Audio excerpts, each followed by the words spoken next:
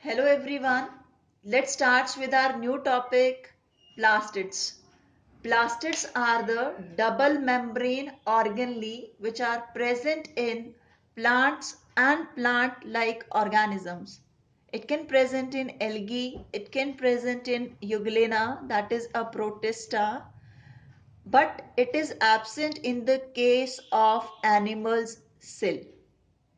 Fine. There they are going to, in the case of plants or those algae and euglena, they are going to perform different kinds of functions on the basis of their where they are going to be present and what kind of plastid is present in them. So let's talk about the different types of plastids. Plastids, on the basis of their function and their pigment which they use to carry, they are of three types. One is chloroplast, chromoplast and leucoplast. Chloroplast. Chloroplast is related to the term chlorophyll, which is a green color pigment. So chloroplast is a green color plastid. Fine. Which we have already read in our previous grades also about this chloroplast. Chromo. Chromo word is for colored. So it can be of red color, yellow, orange or any other color plastid, that is chromoplast, that is colored plastid other than green. Leucoplast, leuco means colorless. So this is a colorless plastid which is having no color. Fine. Let's see where they are present and what kind of functions they are going to perform in the cell. Chromoplast, they are mainly present in the colored part of the plants, that is flowers, fruits, and they contain the pigment called carotenoids. Carotenoids are the pigment which are responsible for giving yellow, orange, red colors. So this chromoplast, as it is of various color, it is responsible for attracting insects for pollination and also attracting the animals for seed dispersal. Fine. Next, chloroplast. All the green parts of the plant, mainly the leaves and the green stem, they contain a green color pigment called chlorophyll. So due to the presence of chlorophyll, the color is green of that particular part where they are present, and that type of plastid is chloroplast. As you know, chlorophyll pigment is responsible for photosynthesis. So chloroplasts are responsible for photosynthesis. At the last, the leucoplast. I have labeled over here only the roots, but it is present in seeds also. Leucoplast is colorless plastid which is having no pigment. Pigment is what? A colored substance which present in it. Okay, so there is no pigment. Store starch, it can store proteins also, it can store fat molecules also within them. So these are the three different types of plastids. Fine. Let's start talk about the structure of chloroplast and its function in detail. Generally, as you can see on your screen, that the chloroplast is double membrane. This is the outer membrane, as you can see over here. This is the inner membrane. Okay, this is double membrane organelle. Before this, we have read about mitochondria, which is also a double membrane organelle. Fine. This membrane is fine. This is the envelope that which covers this chloroplast. Secondly, it contains this stalk-like structure. Okay? This is the pile of the membranous vesicle which are oval in shape. This kind of structure. Fine. This individually, separately it is known as thylakoid. And when these number of thylakoids, they are piled on each other to form a stalk-like structure as it is over here.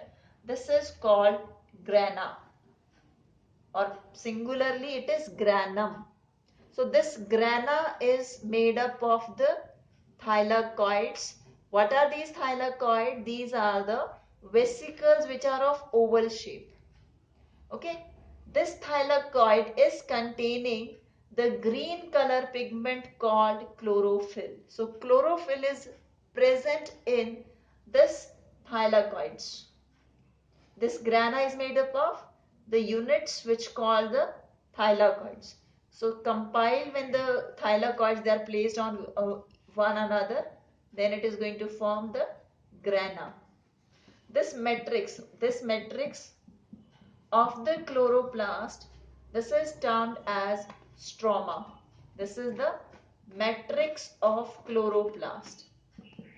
Okay, similar to that of that matrix was present in each and every organelle.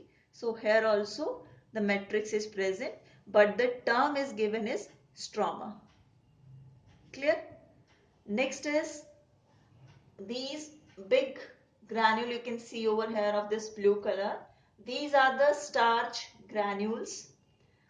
They have their own DNA, that is also known as chloroplast, that is cpDNA, chloroplast DNA.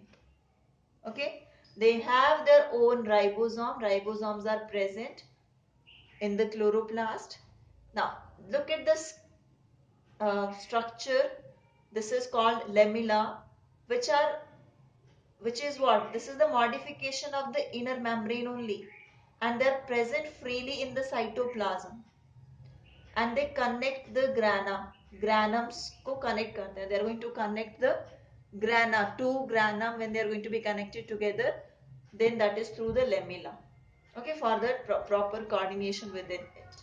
For connecting, lamella are present over here. Fine. Now, this particular grana stroma, these are the actual site where the photosynthesis take place. Okay, in higher classes, you are going to learn about the different phases of photosynthesis. So, in that, the grana and stroma, or within this complete chloroplast structure, that photosynthesis take place.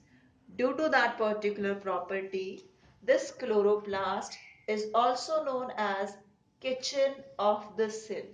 Why it is kitchen of the cell? Because it prepares food for the cell.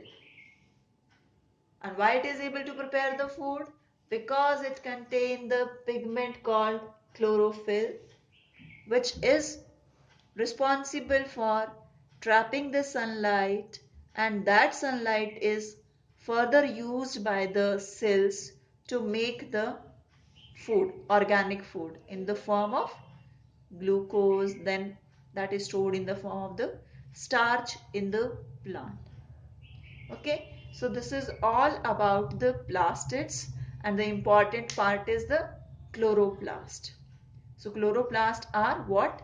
These are the double membranous organelle which contain their own DNA, their own ribosomes, and they are capable of making their own copies as they are having their own DNA, so they can replicate, they can synthesize, they can do few of their activities by themselves. Okay, because of this property, they are semi dependent, not completely dependent that they can exist freely, but they are half they can do their work, similar to that of mitochondria. This property is known as autonomy. So they are half autonomous. That's why the term is used semi-autonomous. So two organelle we have read, mitochondria and plastids, which are semi-autonomous in nature. Hope I am clear with this. Thank you.